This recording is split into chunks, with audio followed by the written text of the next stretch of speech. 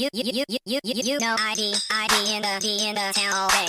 ID in the SEA. You know ID in the town all day. ID in the SEA. Hello and welcome to episode 417 of the fabulous Peltoncast, sponsored by our friends at Pagliacci Pizza. I'm your co-host, Kevin Pelton. And I'm Tristan Carcino. And we're coming to you in separate locations this week. I'm in Seattle, Washington, home of the four-time WNBA champion Storm. And I'm in Renton, Washington, home of the Super Bowl 48 champion Seattle Seahawks. It's the Vincent Askew. Oh, I was going to ask you about 17. Wow. I don't know if I have anyone else in my my database here with 17. I mean, obviously, is all the listener know, Vincent Askew wore both number 17 and number 2 for the Sonics. He was number 2 during the the finals run, but the title run still waiting on that one. But I got to say, it happened in 1979, just not with Vincent Askew. True. And not with us being alive. I would say my fondest memories of Vincent Askew are wearing the green and gold and wearing that number 17 earlier in his Sonics tenure. For sure. There was him doing a pull-up on the rim. I actually don't. That's funny. He's not in here. I'm missing 2 notable quarterbacks and probably 3 notable quarterbacks. Dave Craig. Okay. Keith Price did nothing wrong. Oh, Keith Price. I knew there was a 17, an important 17 that we were missing. And Chris Chandler. Oh, Chris Chandler, taking it way back. Taking it way back, yes. So, there was an official announcement of the college NCAA football 25 this last week. The release date, July 19th, I believe was the date. I'm like, Luke is at school. We got him a PlayStation 5, literally just for the intent of me playing and NCAA football 25. Where I was like, there was a clock set. The second that they announced it, there was a clock set where I was like, I'm going to be purchasing a PS5 before this happens. And then that ad came and I screen capped the Huskies in the ad, even seeing the players like having like Jalen Milroe, Quinn Ewers. But I screen capped the Dogs in the rain coming out of the tunnel. It could not be better than that. I am so hyped for college football right now. But yeah, Carson Bruner, just like the helmets coming down. I was like, damn, it's one of those moments. It's been pouring rain in Seattle all day. I've been so depressed. But the thought of Huskies Stadium in the fall in the rain, let's fucking go. You say that now, but you're going to be miserable when we're there. No, I'm not going to be miserable. At least the first time. You know, it's fun when it happens at first. Oh my God. You know what the thing is now? It can no longer be Oregon State in the rain. That's true. I mean, it could be, but it can. I mean, we'll see if they schedule them as a non-conference opponent. Practically, it probably won't be. I don't think you're going to play both of the Pac-2 every year. It's not going to be Arizona State, and you're wondering, hey, why is Arizona State better at playing in the rain than UW is? There's nothing like a game against Indiana in the rain. There may be some rain back in the Midwest as well. Just wait till you've seen Northwestern UW in the rain. Oh, dear. I mean, but it's just memories. The thing is, there's a lot of other teams in the Big Ten. I'm aware. There were a lot of teams in that NCAA football 25 ad who are in the Big Ten, and there's a lot of other teams who are in the Big Ten. That is a fair point, but there's just not the historical trauma of Oregon State and the rain. We're making new trauma, people. We can't wait. Anyway, I saw that, and I saw the Huskies go by, and I'm so hyped. And then I had to go back and screen cap the Dogs coming out of the tunnel in the rain. There's literally nothing better. It was very exciting to even Husky Stadium. Husky Stadium in there, the greatest setting in college football in video game form. I can't freaking wait. Like, they never were able to replicate it back in the day, but now they're going to be able to. Yeah, I mean, I read ESPN. One of my colleagues had a feature on the making of the game where they talked about the detail that they're going into for, the traditions at various schools, and yeah, it's a whole new ball game, literally, for college football, and awesome that the players are benefiting now, and no one more so in college basketball. The Great Osabor, as we'll talk about later. Oh wow, we haven't even talked about Great Osabor. No, whoa, a lot has happened. Let's get through all this other stuff. I mean, I assume this is primarily going to be a women's basketball pod this week. Or you're just already out on the Storm, both their 1-3 start. So is that what you're telling me here? Oh, wow. I don't think Wow. it's going to be a women's basketball pod this week. Oh, okay.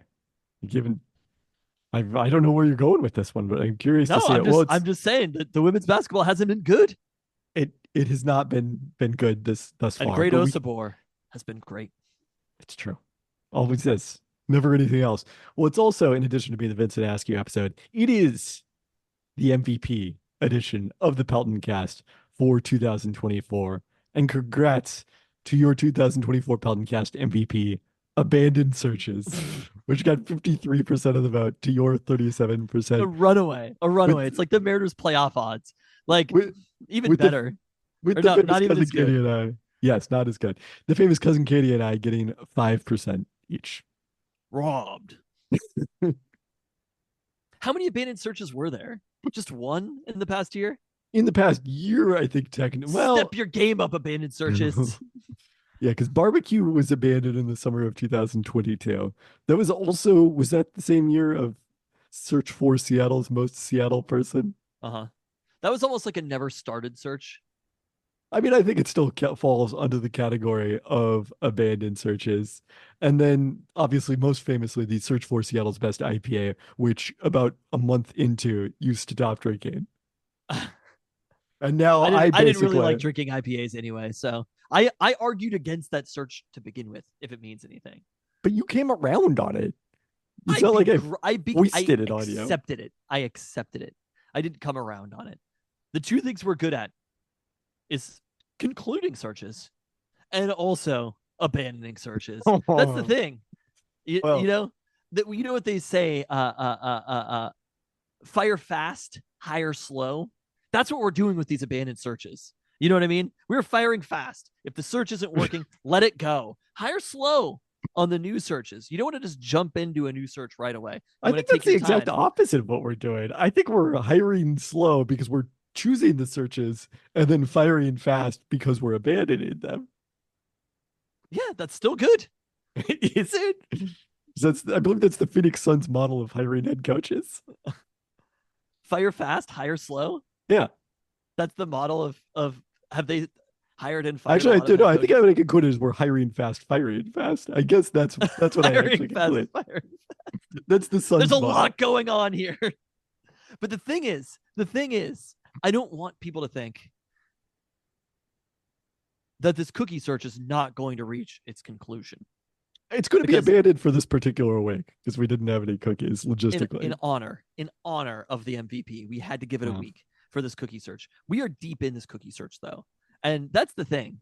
I feel like we've been pretty deep on a lot of different things. Sometimes you just have to realize we started a search. Hey, after I experienced the search, it wasn't exactly what we were looking for. And then we let it go. I'm still a So little disappointed about the barbecue search because that was one where I was learning about barbecue. I was I learning don't about myself. recall why we abandoned the barbecue search. I think basically you did not have the free time to go get barbecue on a regular basis. That seemed to be the issue.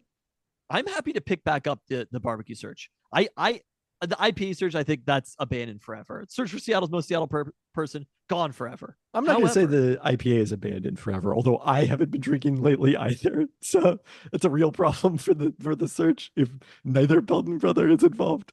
however, we will pick back up that barbecue search. So help me God. That is a search on pause. I think that's a fair description. I don't know if I want to eat barbecue on a weekly basis from a health standpoint at this point in my You keep life. saying that, and I keep saying you're either competing or you're not. Well, sometimes I'm not competing then. All right, fine. Or you know what Pete Carroll would actually say as part of the Win Forever philosophy is that I'm just competing in a different dimension, which is heart health. Well, sadly, someone who will not be competing on the field for a period of time. We're pouring out some Peroni this week for Sam Haggerty, who suffered an Achilles rupture in a play Saturday with the Tacoma Rainiers, where he ended up colliding with the outfield wall while Oh, pursuing a ball in center field. It was pretty evident from the tweets right away that this looked bad, and the fears were confirmed by an MRI that he has an Achilles rupture and will, certainly be out the remainder of this season, possibly into 2025 as well. it's devastating news. losing Haggerty, but there is a little bit of a part of it where it's like, I mean, I don't wish injury on anybody, but uh, not having to have two Italians compete with each other for playing time, right? It's very nice to be able to just confidently be like Dominic Canzone, he's our Italian now, he's the one. I mean, I think there was a scenario as we saw last September where Canzone could have been a starting outfielder, and there was still a role for Haggerty to play in September, in particular as a pinch runner and defensive sub and platoon, right-handed batter. Although there's a little less need for that for the Mariners at this point. They have plenty of right-handed bats who should not be playing against right-handed pitching. More than enough of those on the roster already. But yeah, it's a huge bummer. I mean, Haggerty was a key part of what made the 2022 season in particular so fun with Chaos Ball, but last season as well. So, hope to see him back on the field sooner rather than later. You do wonder if that's going to be in a Seattle Mariners jersey the next time we see him. I think I would be pretty confident that it won't be, that we've probably seen the last of Sam Haggerty as a Mariner. But I do think there's certain players like this where they just have to burn hot. We have to love those experiences. And then we can't hold on to those experiences too much. If we really love Sam Haggerty, we have to let him go. And we will be talking about, in the same way that we talk about Luis Sojo, that we talk about Doug Strange, that we talk about Alex Diaz, we'll be talking about Sam Haggerty. All members of the 1995 Mariners. That's the entirety of your reference. We could throw in like Mariner, but there's others, right? People talk about Willie Bloomquist, Bucky Jacobson, people like that. Yeah, I mean, I think Bloomquist is a little different because he was here such a long period of time. But yes, I was going to say throughout Stan Javier. I have such fond memories of Stan Javier. I have no memories of Stan Javier. Yeah. Ben McLemore was a little too good to qualify for this list, probably. Or yes, the Ben basketball McLemore. player. Mark McLemore is like a starting everyday player. He doesn't count. Do you not even know what we're talking about here? It's a utility player. That's why I said he's too good. Bursts. Yeah. But I did call him Ben McLemore is definitely not too good. Ben Haggerty, too good. In the same way that like Samad Taylor, that just like cup of coffee Samad Taylor had, I will forever be like, Samad Taylor, maybe he could have made it. I mean, I think that he has the chance to play that role that I talked about of being the 26th guy on the roster in September, the 27th. I don't know. There's already 26, aren't there? In my head, the rosters are still 25, and only 10 of them are pitchers because that's the number that there were in Griffey baseball during the season of record. That's all that matters. Is that this? I thought 95 was the season of record, not 93. We're hazy on that. 93 is like the baseball season of record, but 95 is the Mariners season of record. Is the way that I think of it. I do agree. Mark McLemore started in 2001. It's so funny that everybody thinks that the peak of something happening was exactly when it happened when they were basically like 10 years old or whatever. There was a story that I got sent about Bumbershoot where they were like the heydays of Bumbershoot, and they're like going to go see Bob Dylan, and I'm like, dog, Bumbershoot was washed by the time that happened. And of course, for me, the heyday of Bumbershoot, I'm like, well, it was obviously when I was 15. That's the heyday of Bumbershoot. And I do think maybe there are certain things that exist for people to be in a certain age, and you will always think they're better in that age, and then always think they're worse after, which for us is the entire major league. So the season of record is just 1993, because we will never from this point forward pay as much attention to the rest of the league as we were able to in Griffey baseball era. Oh, 100%. I don't know if Baseball Tonight is still on, but I know I'm not watching it. Mark McLemore started 100 games in 2001. So it's too many, but it's not like he started 162. You know my feelings about the 2001 Mariners. I do know. For other people, there are other people who grew up like 2001 Mariners. That's, to me, I'm just like, the Mariners are done by 2001. There's been an entire podcast about your feelings about the 2001 Mariners. I love the only thing we can all agree on is like the 2012 Seahawks or something. That's, everybody can agree that team was fun. Yes, that's fair. I should link that for the new listener. We once went on the Lookout Landing podcast. They had a series called Why I'm a Mariners Fan, which included, among others, Ben Gibbard. Well, we're on the topic of Ben's, sort of. And they had us on not to talk about why we were Mariners fans, but at that point, why we had stopped being Mariners It's fans. so funny because I feel like my entire calendar is like determined by Mariners games now. Like I will watch almost every single Mariners game if I can. I'm I'm pretty paying confident. $18 a month to watch these fuckers. It's almost $1 a game. Yeah, I suppose so. I re-listened to that episode in 2022 before we did our first ever Mariners emergency pod, not counting the Robinson Cano edition. And I think I did say in there confidently that I would jump on the bandwagon when the team was good. So I feel good about that There you prediction. are. There you are. It's good I got some prediction right. All right, Okay, congrats. we're still on the toasts. Yes. It's an all toast edition. Oops, all toast. Congrats to UW men's crew, which won their 41st and for now final Pac-12 championship Sunday at Lake Natoma, not Lake Nakatoma, near Sacramento. The Huskies won 4 out of 5 races, all but the freshman 8. We did miss that previously. The Huskies beat both the Italy national team and Wisconsin in this month's Windermere Cup, with actors from The Boys in the Boat on hand. There we go. I don't know if I could cheer for all of that. In our Oops All Toasts, we pour one out for the Storm season. No, okay, sorry. Oh no. Come on. It's been 4 games. That was a little joke. That was a little joke just for you. You're pouring some out for the Italy national team not winning. Would you root for the Italy national team over UW and crew? I would be torn. I mean, if the Italy national soccer team played US UW men's soccer, like there's no question I like the where Italian my national loyalties. soccer team's odds. I also think that would be a better matchup for Italy than this crew matchup was. I was cheering for Chiellini against the Sounders. Yeah, but that bar's pretty low for you now. I went to a game on Saturday. Did you even know that I was there? Yeah. Yes, because you posted about it on Instagram. You told me nothing about it. But once I got notifications about your post on Instagram, I learned you were at the game. There you go. I'm curious to get your observations on it in the roundup. You might actually speak during the Sounders section. I've got all sorts of De La Vega thoughts. He looked good. I've heard of him. Now I was actually saying to Chris while we were there, I was like, I bet I've heard Kevin say this person's name so many times and over again, and I have no recollection of it. He came on and they were brand new words to me. I was like, I know these words together. I'm aware that could be a name, but in context of the Sounders, I have not heard this before. I mean, we spent like a month waiting for them to actually sign him after it was rumored that they were going to sign him. I kind of remember that. He's Argentinian, right? Just like me. That is correct. Okay. Yes, just like you. All right, congrats to UW's Andy Powell, named Pac-12 Men's Track Coach of the Year for a second consecutive year after the Huskies repeated as conference champions. You like that organ?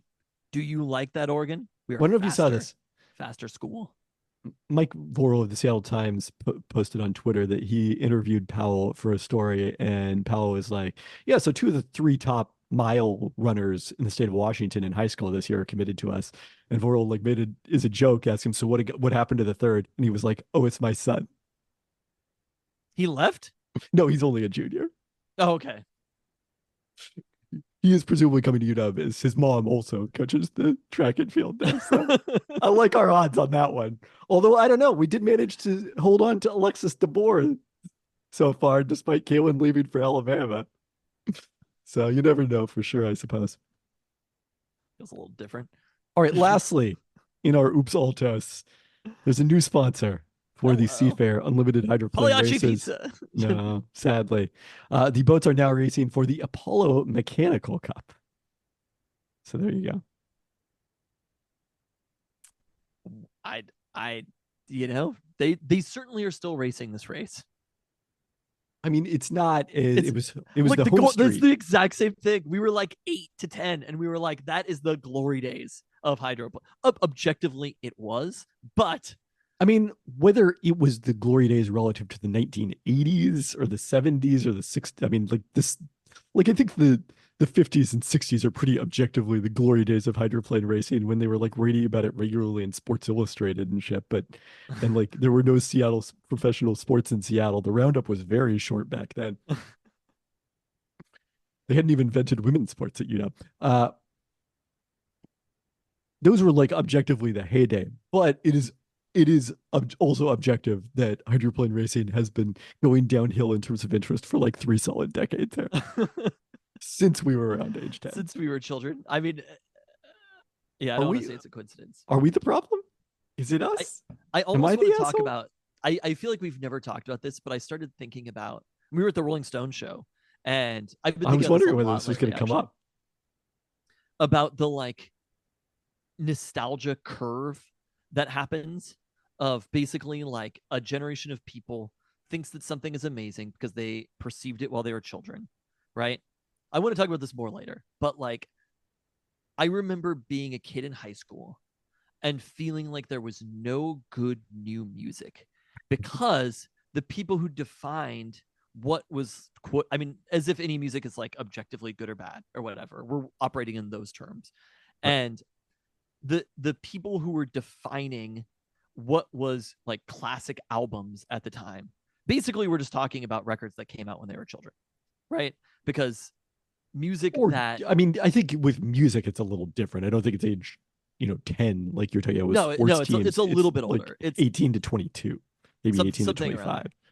It's probably closer to like it might be a little bit younger, but like you go back and listen to some of that music, the music that when I was in high school, I was like, oh, these are classic albums. And they are objectively kind of bad, many of them. Like I'll go back and listen to like even like classic albums, and I'm like, damn, there's like I used to love the album Beggars Banquet by the Rolling Stones. And my favorite song was a song called Jigsaw Puzzle. And I listen to it now and I'm like, kind of doesn't hit anymore. There's something about it where you have to be in this world that old white people are telling you that something is great. And all of a sudden that era has faded, right? And you listen to the songs and you're like, man, maybe Limp Bizkit was better than this. Like there is something about that time period. I'm just saying because we're now in that exact period where kids like Korn, classic, that's like classic rock, Yeah. right? Yeah, no, Those that's types fair. of bands, and they're being perceived in the same way that for us like 60s 70s classic rock was being perceived. All of a sudden it's like there's not an idea of like critical music in the same way as there was when we were the kids, because there's not like a Rolling Stone or something. There's a lot of diffusion. Yeah. Diffusion. And Diffusion. there's not as many platforms talking about like what are the classic albums anymore. It is a very different way of perceiving things, but those are kind of like the classic albums now. Creed is cool again, right? Whereas at the time Creed was cringe, now Creed is cool. And I do wonder if you were a cool person in 1970 or whatever, like you probably fucking hated a lot of the music that has now become like the like classic albums. I was kind of thinking about that, but how it disseminates down to younger generations. And that for me, I was like, there's no good rock bands anymore because all of the music that was critically successful, people had gotten old by the time the next generation of music came, and those critics just got older, but they maintained their jobs and they didn't love the music that came next as much as they loved the music that defined them when they were 18 or whatever. Do you think Fred Durst is still going to be running down the stage at age 80? Maybe. I don't like his odds. Well, wish him the best, but Mick Jagger might be 101 on that one. All right, anything else on the Rolling Stones? Did you have anything on the Rolling Stones? No, I was just curious if the Pelton brothers go to the Rolling Stones is going to come up. With that, it's time for Coach's Corner. Speaking of pouring one out, Yeah. we pour one out on Mateo's football season. Taken down by a broken arm at his brother's baseball practice. I always want to be like, you should see the other guy. And then it's just a tee. Wait, what? He slid into home plate and a baseball tee and broke his arm. So I didn't hear that full context of the story. I just knew it happened when he was running the bases. Honestly, the other guy was unfazed. So he he was committed. The first thing he was upset about when he broke his arm was that his football, scared he wouldn't be able to play football anymore for the rest of the year. He was like, I'm quitting sports forever first because he's upset. And then he was like, but what happens to my football season? This Bills team is kind of on fire right now. So he's pretty devastated. We were like, that's okay. You can be the assistant coach. You can call some plays, like come out there. He came to the game bright and early. He was there cheering on his teammates, getting a little bit too close to throwing the ball. He's going to get probably pretty good throwing left-handed. Nice. He got to be the captain in the game. And he also, play he really wanted to run was the all flea flicker offense, which honestly would work better if I feel like running a flea flicker requires more of the defense that is happening Yes. in children's in first grade football. Like you have to have people who are going to crash down on the handoff. And the reality is if receivers start running as far as possible, every defender is going to start running as far as possible, even if it's just a straight handoff. So the flea flicker is not quite as great, but he did get a flea flicker called as the coach of the team. So he transitioned to his natural place as coach because that's where he's going to end up. His very Pelton place. Yeah. He Or was there. Cartagena, I I was should there as say. coach. I mean, it was a massive win, a big win against the Texans this last week. Things were dicey for a second. It was a little bit closer, but then we pulled away. They honestly kind of miss Mateo as quarterback because they're like two quarterbacks, but there were some. They got a little bit thin in the pass game at some point. Are we coming? Is this the final week of the regular season? No, there's a few more, but I probably am not going to do. Literally, it is coach's corner for Mateo. Yes, we'll bring him on the pod to do coach's corner in the future, but too much profanity. We probably can't do it. All right, since we have no cookie search this week, that brings us to your favorite segment. When I do the coach's corner and this back to back, it always feels so crazy. You talk a lot, and then I do the roundup, and I talk a lot. But now I've got thoughts on De La Vega. Don't burn yourself. We got Mariners hot takes coming at ya. Last week, I told you about how Julio is back. Well, I hate to admit this, but I was wrong. Julio's fine, but he's still not back yet because there is a new definition of what back means. In a season like this for the Mariners, when you run away with the division, don't even look at the Fangraphs playoff odds. They're too good. You'll jinx it. But in a season like this, it takes the unsung heroes to redefine what back means.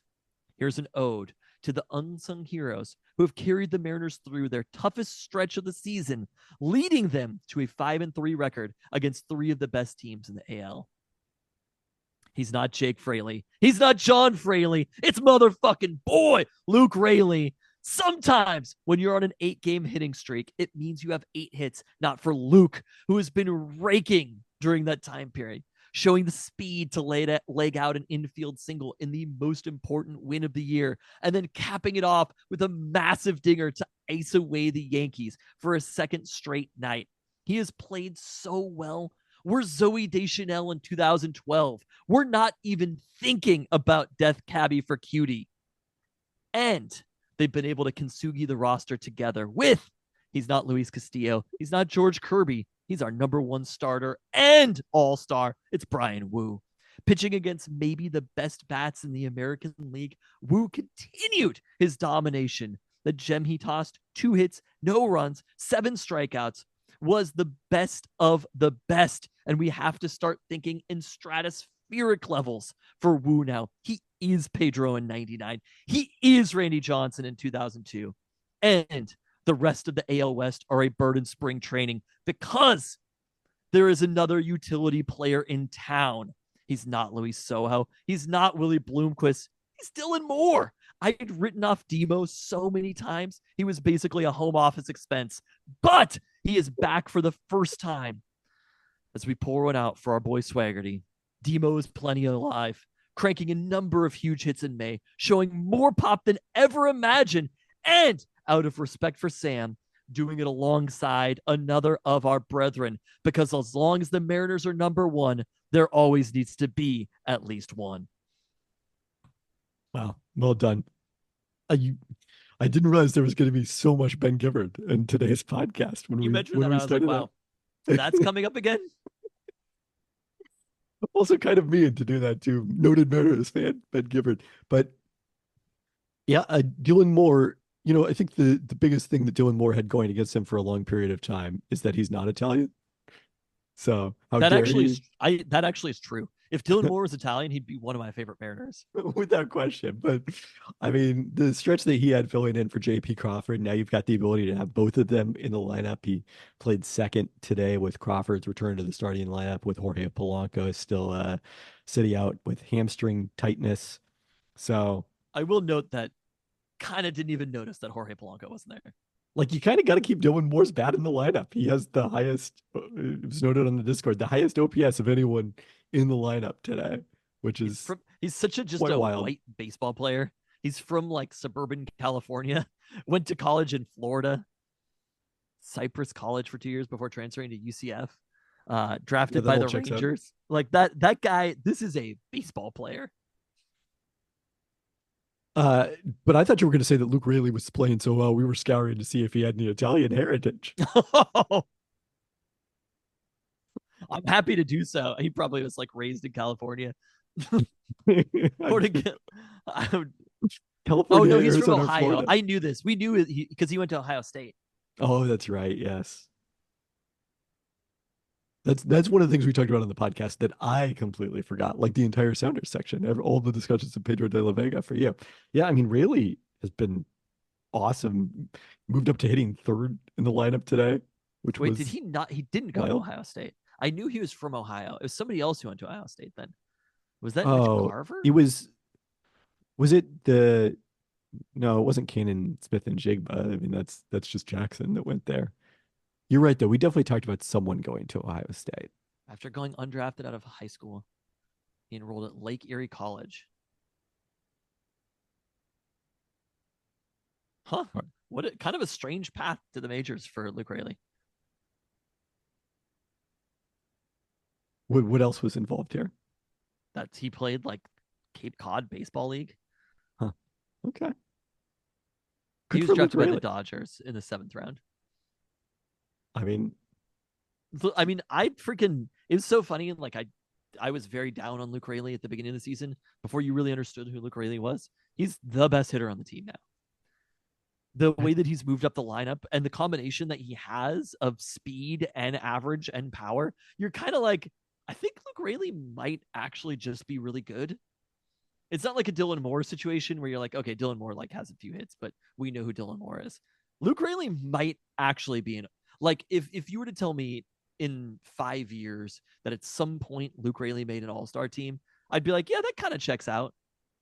how old is Luke Raley? He's 29. It'd be pretty surprising, but there is like it's Canzone is the one who went to Ohio State. Wait, That's really? what we're Okay. forgetting. Yes. Or Canzone is noted by the Yankees fans who are annoyed by him. Yankees had not lost 2 games in a season in a row all season before the first 2 games of this series. And that game Monday, I had completely turned off. I don't know where you were on it. Well, me and Jake Fraley have the same birthday.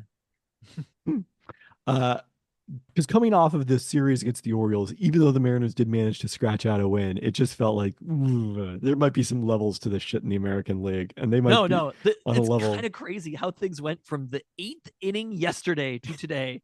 The vibes change is pretty incredible, and you probably shouldn't swing that much on a couple of games, but you kind of needed the proof of concept that the Mariners, because the thing I was thinking about is like obviously there have been 3-run comebacks in the 9th inning before. It's not like unprecedented, but to like have 1 run and look as inept offensively as the Mariners did throughout that entire game, and then explode for the 4 runs in the 9th inning, like I mean I only learned about it like an hour and a half after, and I was just stunned. And then obviously it carries over into the Woo start. It was a little worried. I was like, is the same thing going to happen in reverse today?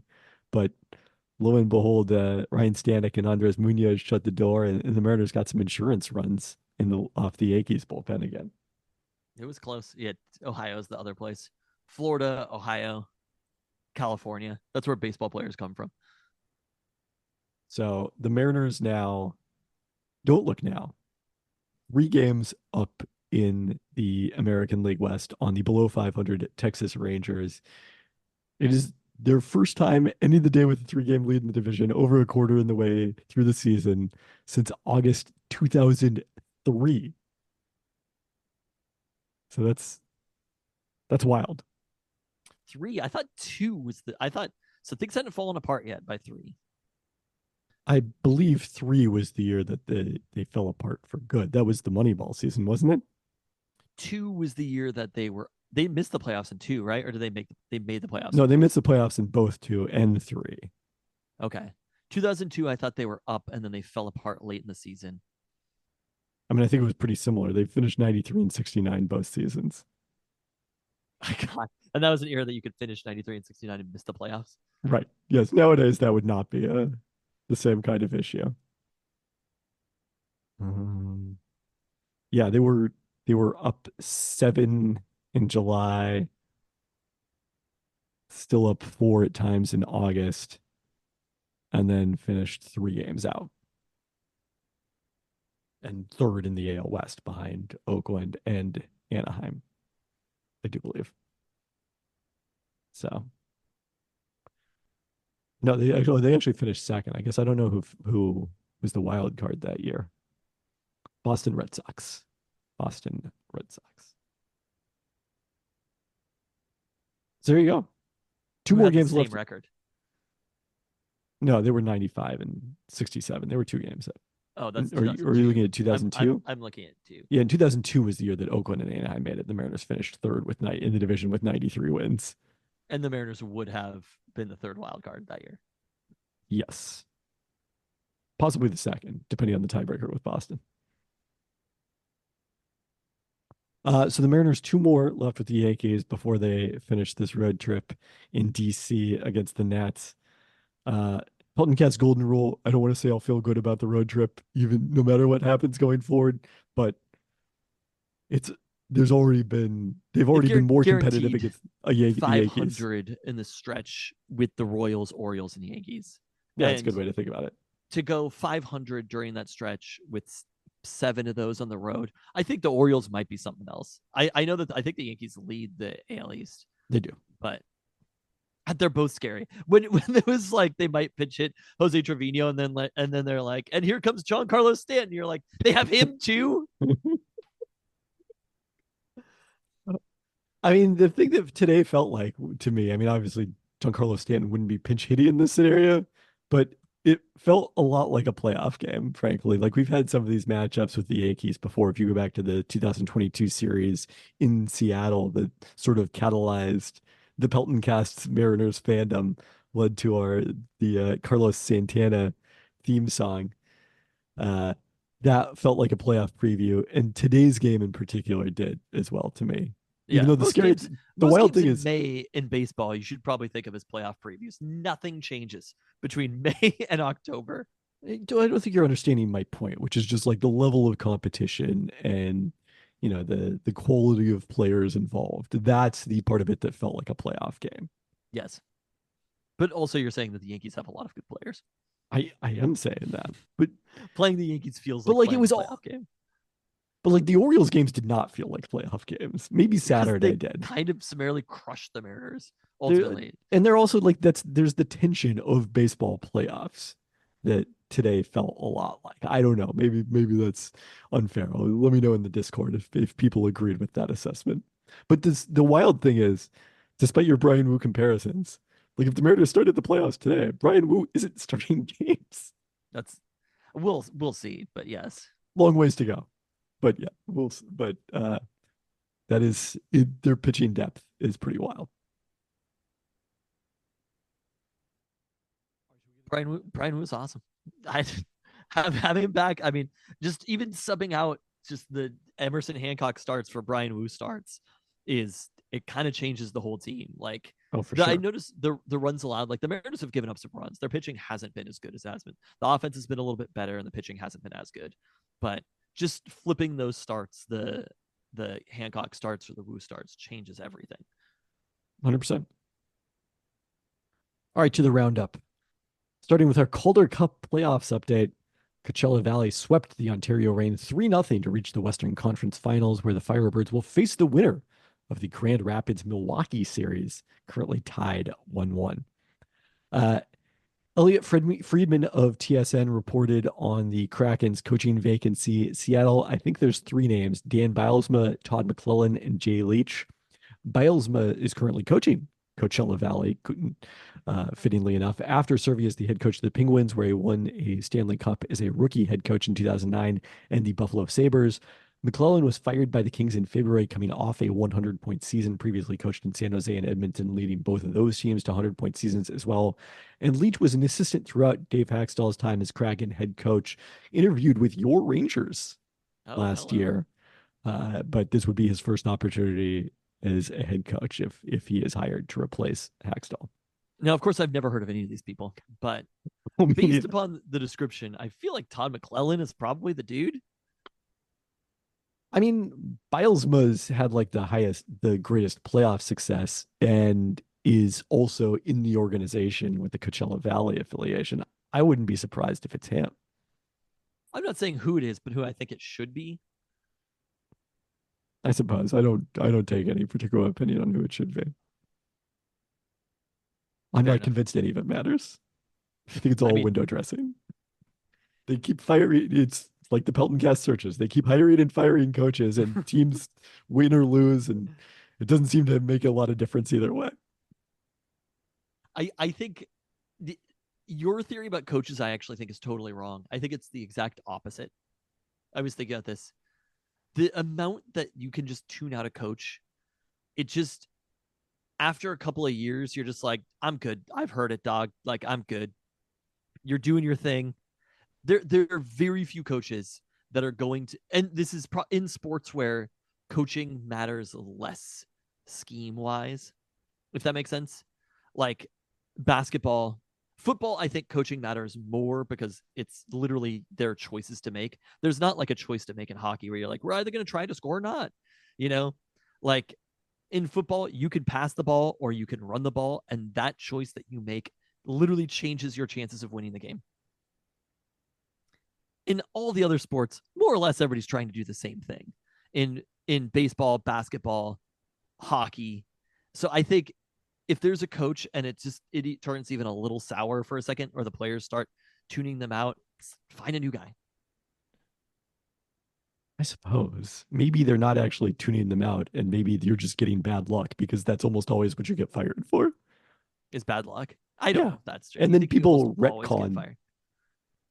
I don't know if I would say that you almost. But then you just go get a new job somewhere else. Look at all of these names. They've all been coaches. It's just a little shuffling, and you have a new person yelling at you, and that's it. Then you've got moving expenses. I'm not weeping for Todd McClellan right now. I'm not weeping for anyone either. I'm just saying, if it doesn't matter, then you shouldn't bother changing. Because there are transaction costs associated with changing. There are honeymoon periods, though, that you have with new people around, and you should just. But again, I just don't know that I believe the evidence actually shows that. I think that's a retcon of regression to the mean. The honeymoon period that you're referring to is just getting lucky, and then the regression means the mean happens. Is there a statistical,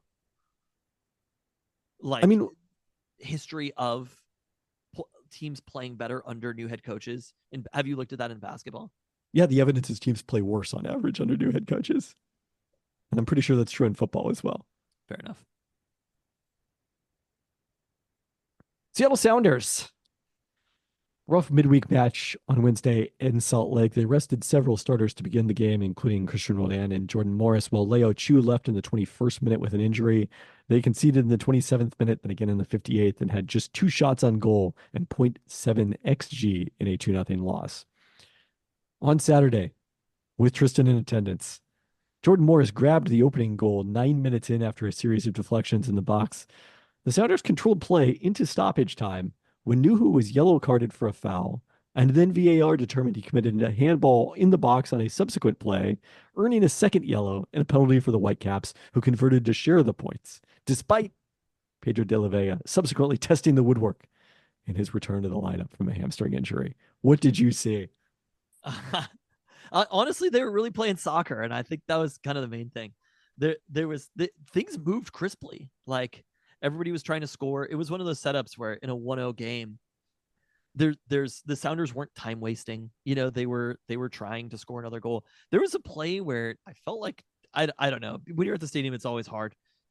Like the Nuhu yellow, the second Nuhu yellow, I the handball, like it was literally right in front of me, but I couldn't. You can't see it live. It happened so fast. No. And even on the replay, like they show it for a second, and you're like I assumed that they were going to give him the second yellow and give them the penalty kick because it was taking a long time. And uh I don't know. It was what it was. It was fine. I thought I mentioned this was a couple weeks ago, the handball call against Safuya Huerta in the rain match. I thought was a pretty tough one. This one to me seemed pretty open and shut. His arm was away from his body. He made contact with the ball in the box. Like that's the rules. I think there was actually kind of a ridiculous rule, but there was a similar play that they looked at. They didn't go all the way to Oh, the they VAR. no, on they the should other have. side. They should have VAR'd that at the very least. Yeah, That no. to me, That was the one you can complain about for the Sounders. I don't get why they didn't look further at it because again, it hit the Whitecaps defender in the arm. His arm looked like it was outstretched at least slightly, and so to call one and not the other felt a little bit questionable. But Right, but I don't think they could have not called that one just because they didn't call the previous one. But De La Vega at the same time, when he came in, it was noticeable. The pace that he had and how he moved around offensively. I think if they're able to find spots for him, he's going to make a difference for a team that's kind of seemed like they've struggled a little bit offensively. Yeah, I mean, they've been able to create a decent number of XG, have not had the ability to finish, and have not been elite, certainly, in XG, not at the level that they have been in the past. So I I think that was encouraging, although it was a tremendous bummer to only get a point out of that match after basically dominated the entire way. And I assume that was kind of the mood in the stadium, but like long term, there were positives to take from it. You can neither confirm nor deny that was the mood in the stadium. That was the mood in the stadium. Yeah, Okay. I agree. I mean, what else would be the mood be? I fair. It's a draw that feels like a loss. There are draws that feel like wins, and there are draws that feel like losses. And it was a draw that feels like a loss. Wow, the XG was actually slightly better for Vancouver. That's wild. That did not match my sense of that match. All right, on Tuesday night, Sounders in the round of 16 in the U.S. Open Cup facing Phoenix Rising from the USL. Brian Schmetzer told reporters Tuesday that the Sounders plan to take it seriously. We'll see exactly how many starters. Nuhu probably gets the start in this one because he can't play at the weekend because of the red card suspension. So, definitely an opportunity here for some of the younger players on the Sounders roster who stepped up to help them get to this point with their first U.S. Open Cup win to keep this going, and nice to have it again at Starfire. At the weekend, Sounders back to MLS play Saturday at St. Louis. St. Louis City currently 2 points ahead of the Sounders for the last Western Conference playoff spot after those two teams finished 1-2 in the West last year. St. Louis offense hasn't been nearly as potent this season. They saw their 23-year-old co-leading scorer, Nicolas Cecchini, join Italian club Como in January. Did you just say that St. Louis and the Sounders were 1-2 in the West last year? That's correct. You didn't say that. I did say that. It is a factual thing. Are you sure? You're sure of that information? Yeah. St. Louis. Yeah. And the Sounders were first and second in the Western Conference. I can double check it. I feel like the Sounders never play well. No, they did last year. You just don't remember it because it's in the roundup segment. I think LAFC last year. So LAFC was, they were third and went on to, I believe, win the Western Conference. They're like not very good this season either. Huh. So very topsy-turvy in the Western Conference is my takeaway. Portland, which is almost always good, still languishing behind the Sounders in the standings. Very strange Western Conference standings to date. LAFC is fifth. They're a little higher than these two teams. One other team that's tumbled in the standings, Seattle Reign FC. After going behind 2-0 in the 18th minute, the Reign clawed even with 2 goals in 3 minutes from Bethany Balser and Anurad James, only to see Orlando's Barbara Banda grab his second goal that proved the winner, giving her 6 on the season, good for second in NWSL. Reign dropped to 2-7-1 on the season, and the schedule doesn't get much easier as they head on the road Friday to face the Washington Spirit, who sit third in the NWSL standings. It's time to talk about the Storm. Season began last week with high expectations. Skylar Diggins-Smith, Neko Agwumike joining Jewel Lloyd. Storm seemingly back into contention, tied for the third highest over/under, third best title odds, and they start the season 1-3 in their opening week. Lost both games home and away against the Minnesota Lynx. Then a back-to-back to complete that road trip Sunday at Washington, Monday at New York. Finally got their first win against the Mystics. Unsurprisingly lost to the Liberty, who kind of look like the best team in the WNBA right now. So it's 1-3. And the big picture for the Storm, their 87 offensive rating is last in the WNBA. They're turning the ball over on 22% of their possessions, which is the fourth most. Neither Skylar Diggins-Smith nor Jewel Lloyd has yet shot 40% in a game. Lloyd's at 24% overall, 16% for three, although she has compensated with a career high 7.8 free throw attempts per game. And Diggins-Smith, 1 of 13 from three thus far and averaging 5 turnovers per game. I would say that to me is the biggest long-term concern of this. Like, Jewel Lloyd is going to find it. It's a bit troubling that the offense has just looked so muddy early on in her. Like, the whole point of bringing in Skylar Diggins-Smith and Neko Agwumike is like Jewel, when she set the single season record for total points last year, led the league in scoring, you were having to shoulder too much of the load. Now there's these two other stars. You're going to get the better kind of shots that you got when you played with Sue Bird and Brianna Stewart. And so far, she hasn't been getting those shots. Her shot diet has been just as difficult as last season, maybe more difficult at times. So that's a concern. But to me, it's the fact that Skylar Diggins-Smith, at age 33, coming off of a second pregnancy, has not looked like the all WNBA first team player the last time we saw her on the court in 2022 with the Phoenix Mercury. Now, it's a long season. She's almost certainly going to shoot better from three and will probably continue to work into game shape. But I will admit that based on what we saw from Skylar Diggins-Smith in the preseason, where she looked very much like herself, I had higher expectations than this.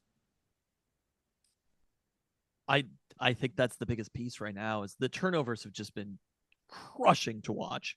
And the 3-point shooting, it's not pretty basketball at all that is happening at the moment. I watched the first 2 games, or a good part of the first 2 games, and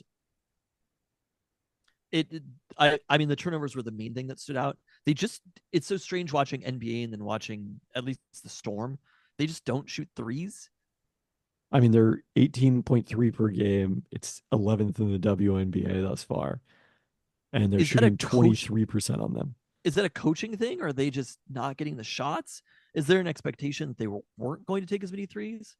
No, I wouldn't say that was the expectation. I mean, you're playing kind of big with Neko Agwumike and Ezzy Magbegor in the front court, even though Ezzy, both of them can step out and shoot the three. But like, you look back to 2022, Noel Quinn's first full season as head coach, Storm were fourth in the league in 3-point attempts.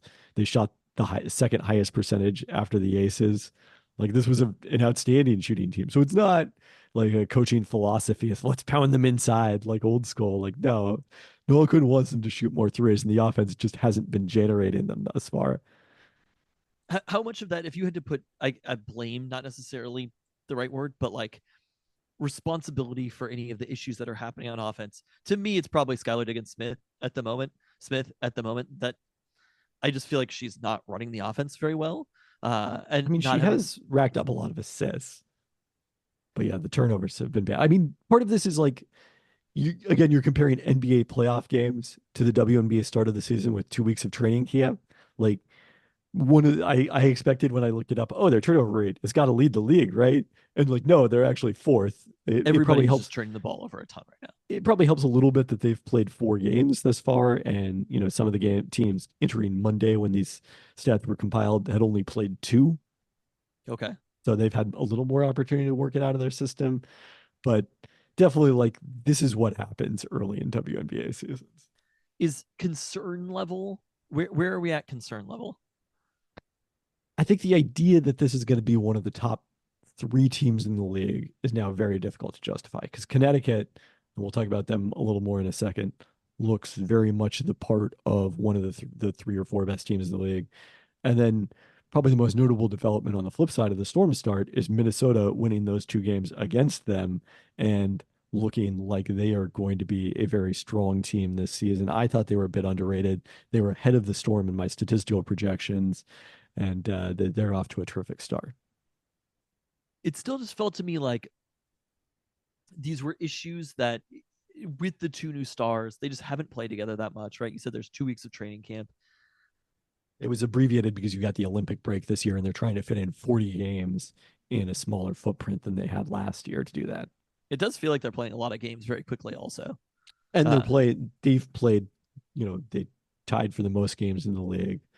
Some of these other teams have had a gentler start to the season and an cross-continental road trip in there too.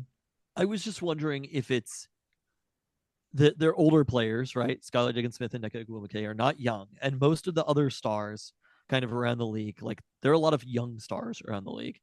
It's not necessarily a terrible thing, but it's going to take a second to get things going for them to gel offensively, and that to me is the biggest difference because they're playing defense okay. Yeah, they're 4th in defensive rating. So the offense seems like it's just taking a second to get together. Do you feel like there's going to be a point in, say, mid-June or something where we'll be like, all of a sudden the Storm are playing like the 3rd best team in the league? Or do you think that is less likely now based upon the start? How much of this matters? I mean, I don't have like a statistical answer to this. I would say what is your vibes answer to it? Again, I don't think the ceiling is maybe quite as high as I thought. I don't think the floor is as low as it's looked. We should say Nneka Ogwumike has been awesome. She's been the best player on the team thus far. Averaged a double-double the first 2 games.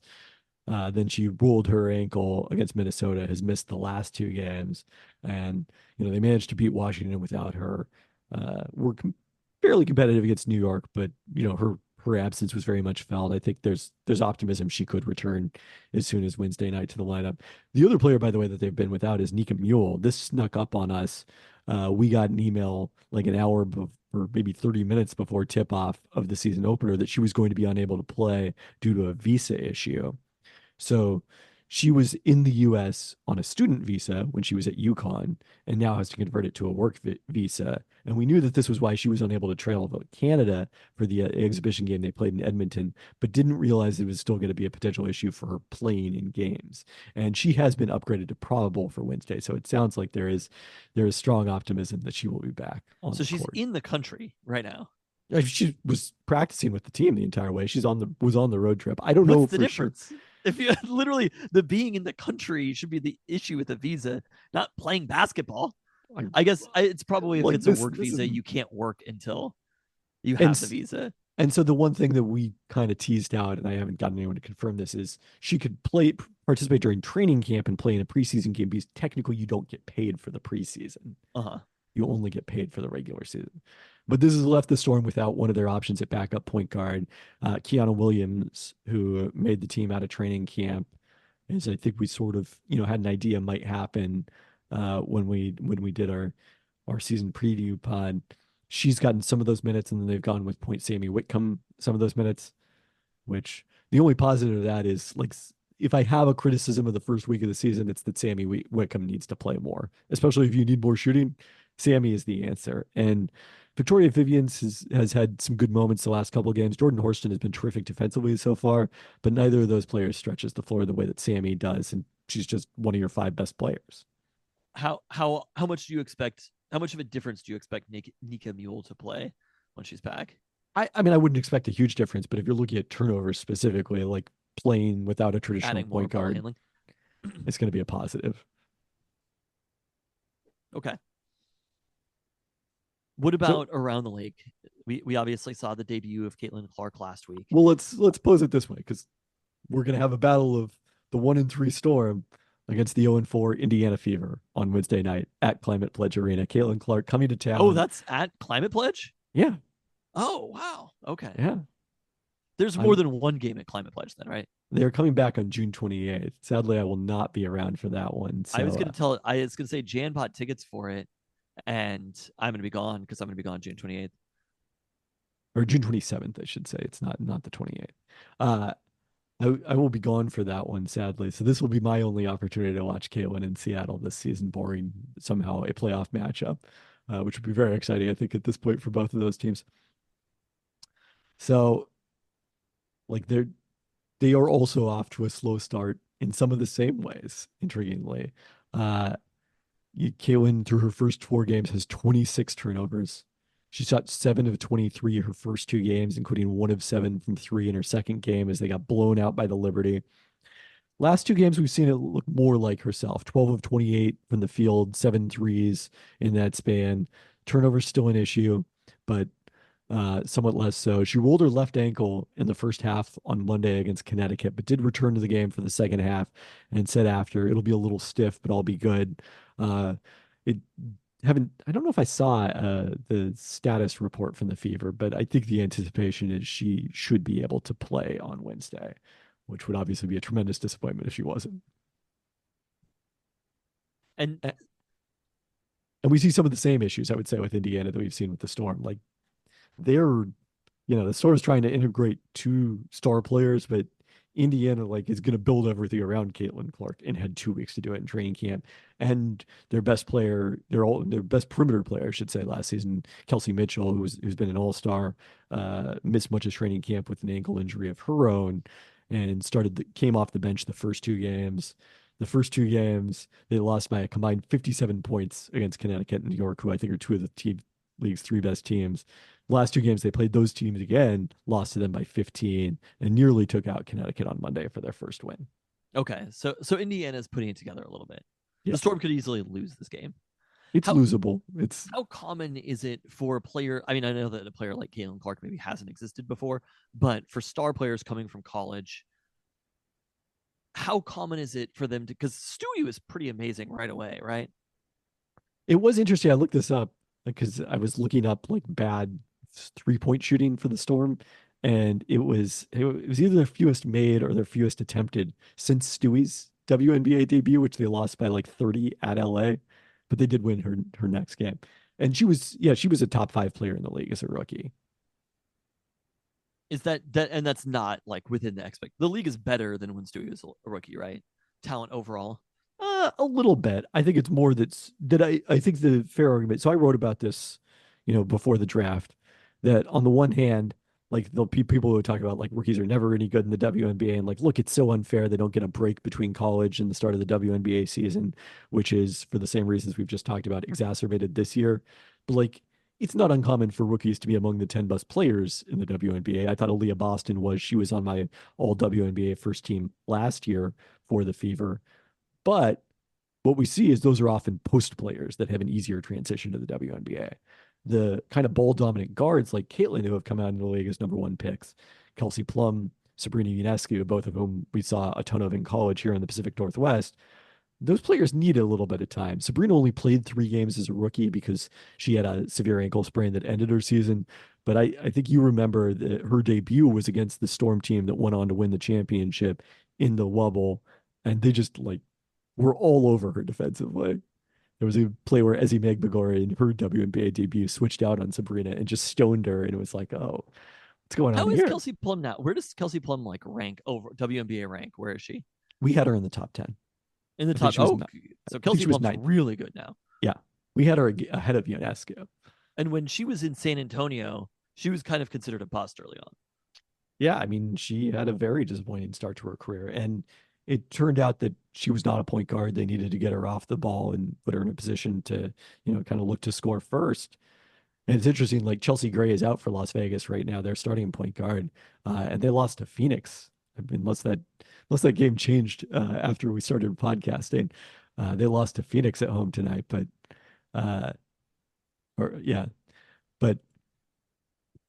even with Chelsea Gray out, they're still making Jackie Young their point guard, not Kelsey Plum.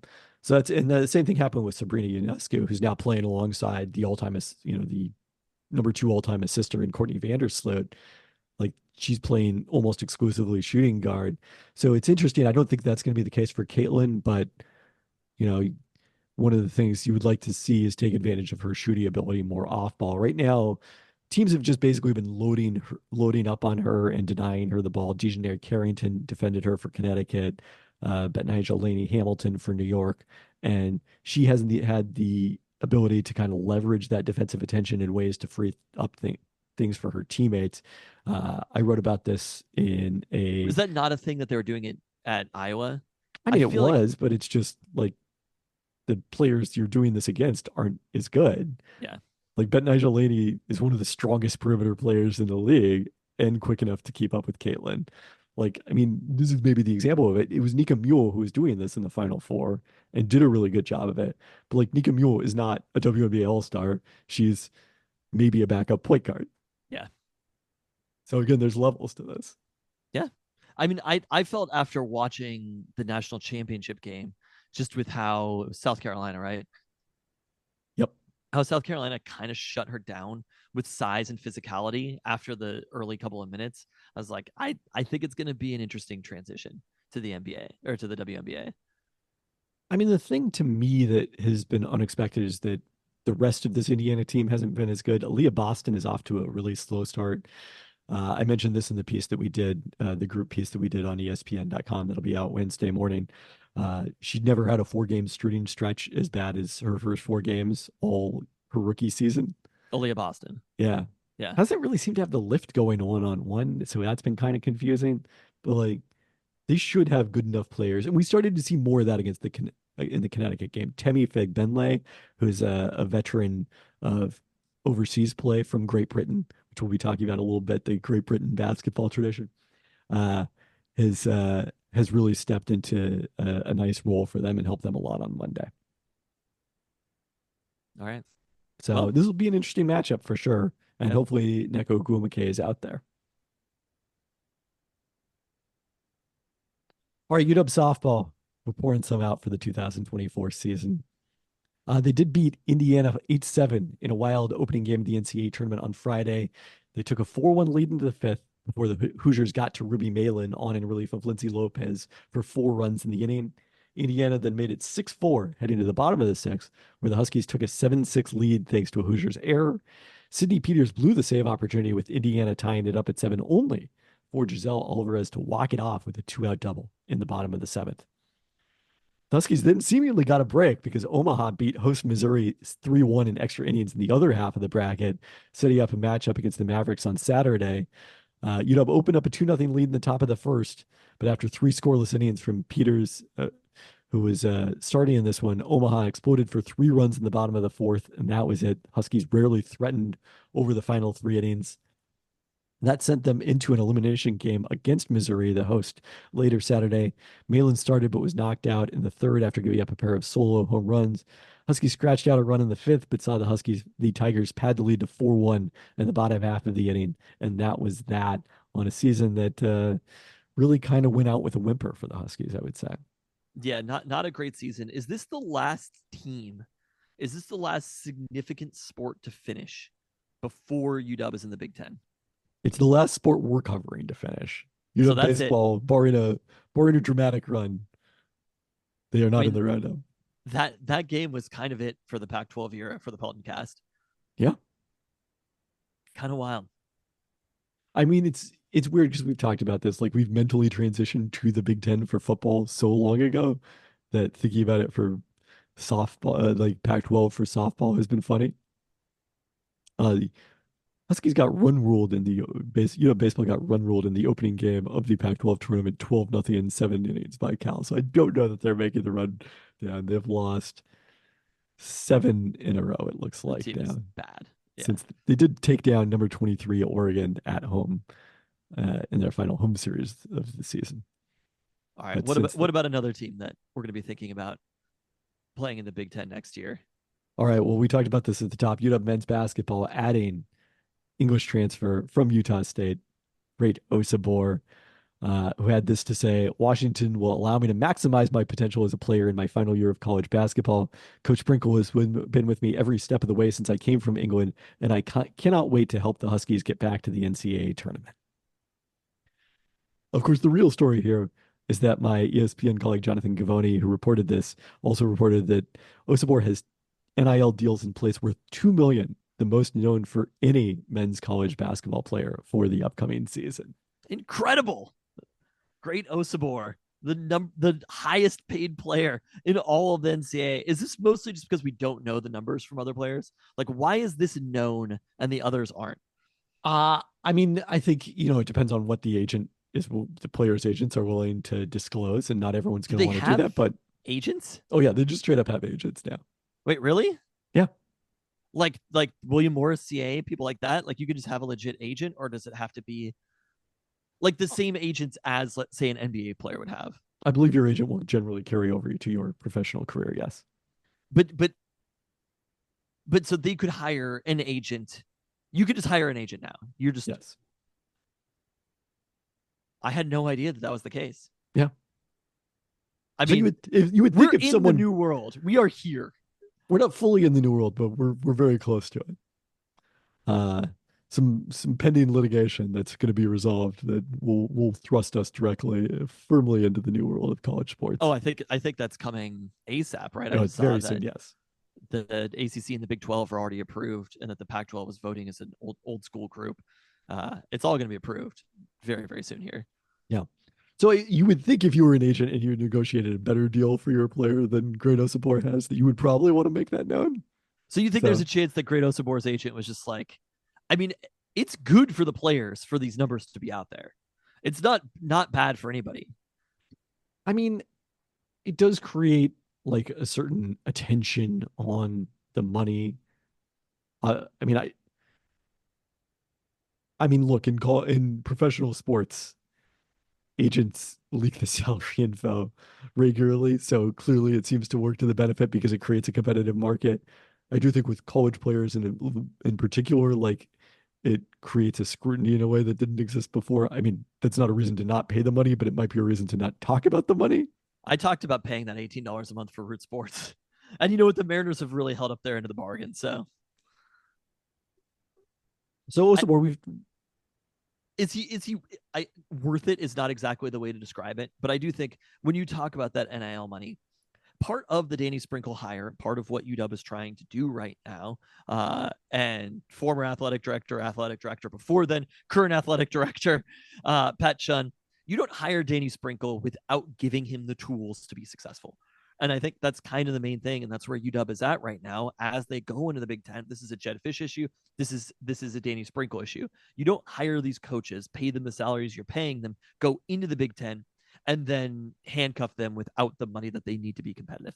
So I think it was this number coming out, and for all that we know, publicly known, UW having paid the highest amount for any transfer this offseason in NIL money, I think it's kind of a significant thing, which is to say that UW is a program that is not just the fact that it was basketball in particular, which is to say that UW, obviously football is going well, that we're committed as they join the Big Ten to also being a basketball school, and that UW is going to be thinking about prioritizing spending on sports during this transition. They uprooted the whole fucking campus to go to a different conference. You know what I mean? Like, this wasn't just a perspective that affects only the basketball team, only the football team, only sports in general. This affects everybody.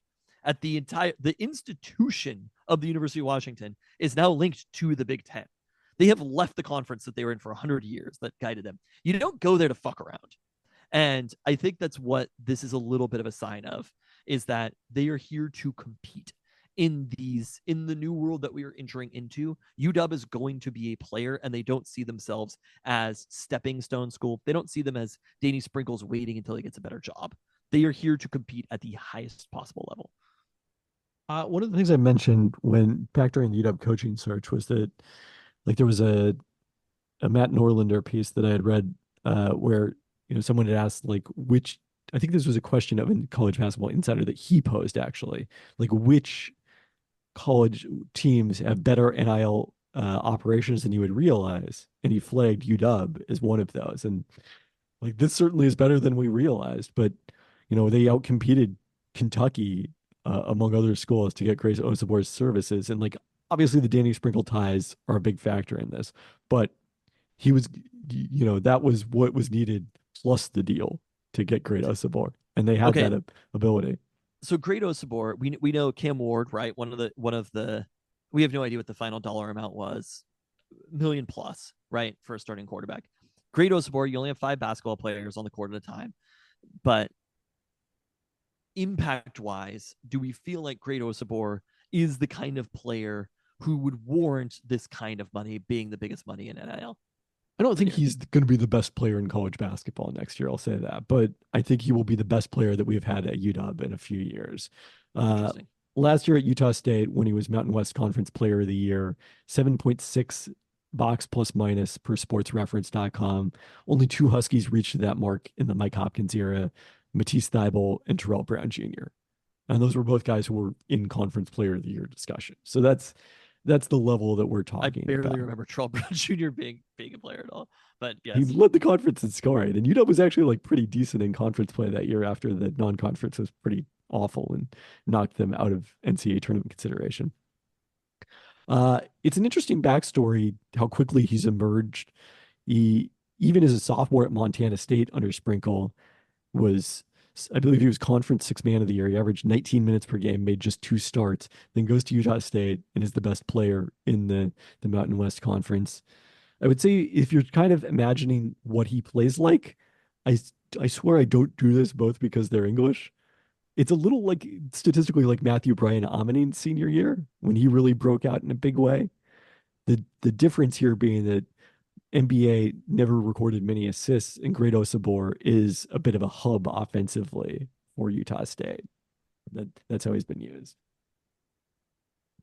So what would you say anticipation wise for this Husky basketball team? How does Great Osabor change your perspective, assuming the roster is mostly set? The roster is the set. 2020.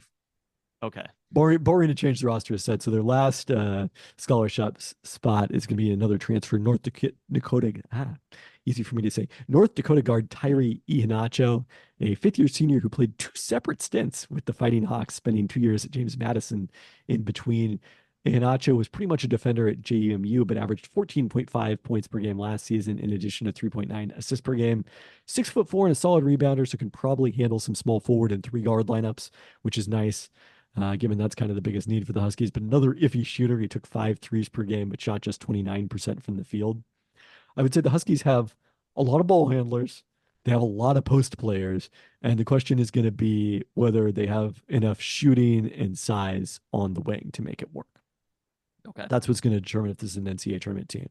So the guards, you have Iheanacho, Rice transfer Makai Mason, Butler transfer DJ Davis, Rhode Island transfer Luis Courtwright, and then the freshman Zoom Diallo, who did reaffirm his commitment to UW after reopening that, and then Jace Butler. At forward, you have Portland transfer Tyler Harris, who we talked about last week, is kind of a combo forward who's probably going to end up at the 3, given the Huskies' positional depth. I think Osabor slots in as a power forward, even though he split time at power forward and center at Utah State. Redshirt freshman Christian King would be really helpful if he could step into a rotation role because he's probably the best shooter on the roster. And then Oakland transfer Chris Conway, another 4-5. A lot of size on this team for sure. I'm gonna forget, and we're gonna get to like November, and I'm gonna forget every single player on this team aside from Great Osabor and Zoom Diallo. Oh, the disrespect to Wilhelm Breidenbach is okay. noted. There's also Wilhelm Breidenbach, Frank Kepnang, Wilhelm Breidenbach, and then you've got the Oregon State transfer Casey Abekwe at center. So I do think that the big depth is. I mean, they almost didn't need Great Osabor as much as I feel like other teams would, but they needed him in terms of like the shot creation and the star power. That's what they needed him in terms of. Maybe not in terms of positional size. You're not going to count on Kepnang necessarily, given how his season ended. I think that's part of the reason that they overloaded on center depth. Yes, it is. They are very big. They're ready to be in foul trouble in the Big Ten, which is weird because they don't call as many fouls in the Big Ten. Thank God. Oh my God. But there's a good chance that I'm going to forget all of these players as they're brand new. So we'll learn who they are again next year. I may have forgotten some of them since we discussed them. Yes. But I do think this is a significant move it means that the team at the very least is going to go into this next Big Ten season and they're going to be part of the conversation. It's not going to be just like this UW team in the post Mike Hopkins era could have been pretty forgotten. And I think this move is a huge one to make sure that they're in the mix as far as the NCAA tournament goes. So I'm freaking hyped about Great Osabor. I guess my final question for you, and with regards to NIL money, was Great Osabor, is he an NBA draft prospect at all? He did enter the draft this year before withdrawing. I would say that he has to probably show pretty significant development as a shooter because he's 6'8". He's probably not good enough defensively to make it as a center at the pro level. Although, I mean, you do see guys who are able to do that.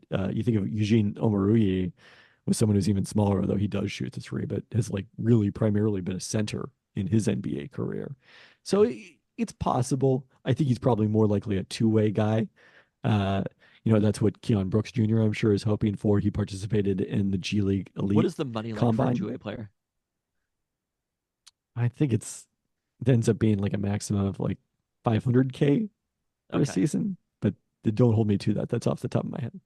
So this deal that Great Osabor has is a better deal than, I mean, this is the best situation for players who belong in college and aren't necessarily NBA players. Go get paid. Yeah. I mean, we've seen plenty of examples of it already. How far do you think we are from contracts? I think the latest changes seem to open the door for it.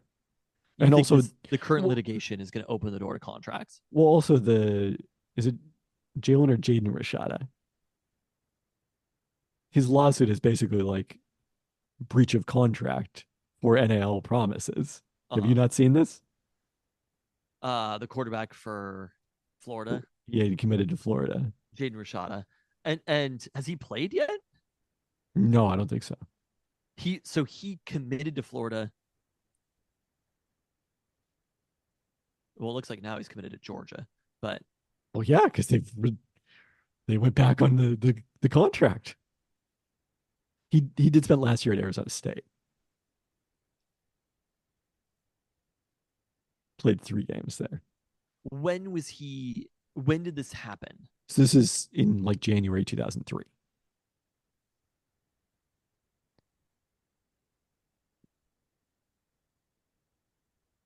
Interesting. I mean, that's where we're headed. Yeah. We're headed to contracts. Honestly, people will be happy with contracts. People might think they're unhappy with contracts. People will be happy with contracts because it'll keep players at colleges longer.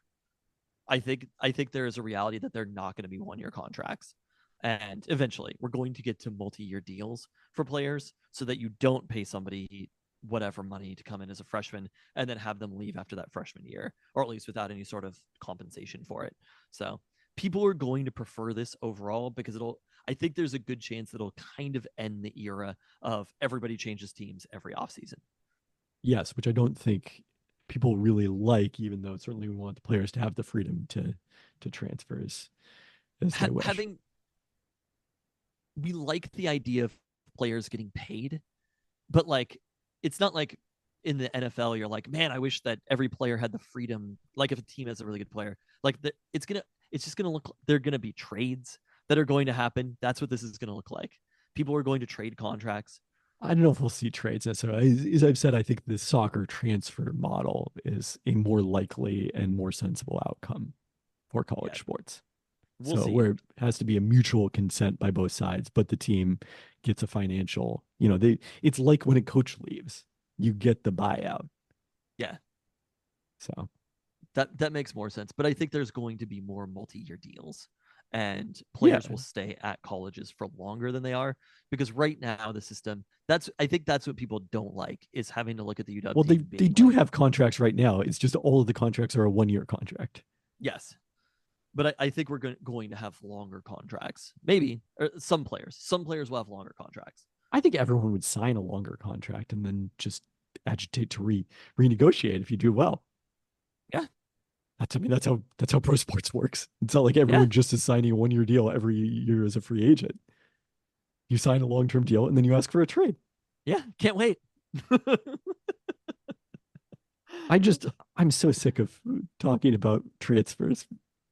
Too much transfer research for 1 year. I'm just tapped out.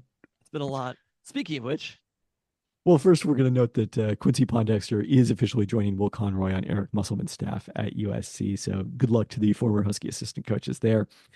UW football adding a couple more transfers. Sac State safety Cam Broussard, who is a starter the last 2 years, made All Big Sky first team as a free safety at 6'3". As a junior, he has 1 year of eligibility remaining. And then JUCO tackle Maximus McCree, yes. who is listed at 6'6", 293, spent 2022 with Maryland after 1 year in the JC ranks, played just 2 games there. No, I guess it was 2 years in the JC ranks, but 1 year of eligibility. That was his sophomore year. Then came to Maryland from Iowa Central Community College. Give me a giant lineman named Maximus. It is an amazing name. Oh, yes. There's nothing I love more than giant lineman named Maximus. Come on. Seahawks, not a lot going on, but 7 of the 8 rookies are under contract. We So- also, the schedule is released. We just have schedule. no thoughts. I completely forgot. You forgot that the Great Osibor thing had happened since we last podcasted, because it happened like the day after. I forgot that the schedule was released. So the Seahawks open with the Denver Broncos. Wow, what an exciting return! Like that's. Oh no, Oh, not no. anymore. No, Is that here or there? that's here. Okay. Thank So it's the God. exact same setup. Week 1 against Denver is 2022. I mean, honestly, the chance to make, if Bo Nix is the starter for Denver, the chance to beat Bo Nix in week 1 in Seattle is a beautiful thing. that would be very exciting. I mean, people noted with the schedule release how many of the rookie quarterbacks the Seahawks have a chance to play. Obviously, that was already true. We already knew Exactly. all the opponents. It's like The Broncos being the week 1 opponent probably makes it less likely that it's Bo Nix, or the Patriots in week 2. Same thing with the rookie quarterback. The national TV games, Monday Night Football at Detroit on September 30th in week Uh-huh. 4. because of course. Thursday Night Football against the 49ers at home on October the 10th. I felt like a Thursday night game against the Niners was also kind of like set in stone. Sunday Night Football against the Who- Green Bay who's gonna- Packers in week Jared 15. Stidham. It's Bo Nix's job. Like, is Zach Wilson going to go win that job? They're starting Bo Nix. But in you that know how game. many times, like, who's the guy who started over Deshaun Watson the first 3 games of the season in Houston? It wasn't still Brock Osweiler, was it? I think Brock Osweiler was after. That's funny. That possibility. That can't possibly be true, can it? I don't think they had Brock Osweiler pre Deshaun Watson. Brock Osweiler's been out of the 28 NFL a years long old. time. Deshaun or Brock? Deshaun. Yeah, Brock Osweiler was drafted the same year as Russell Wilson. Huh. Speaking of Broncos quarterbacks. I don't buy it.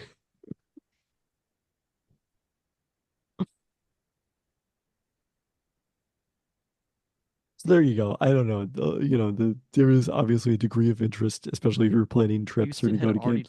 already traded Brock Osweiler to Cleveland for draft picks, Yeah. That happened a long time ago, man. but they traded him away.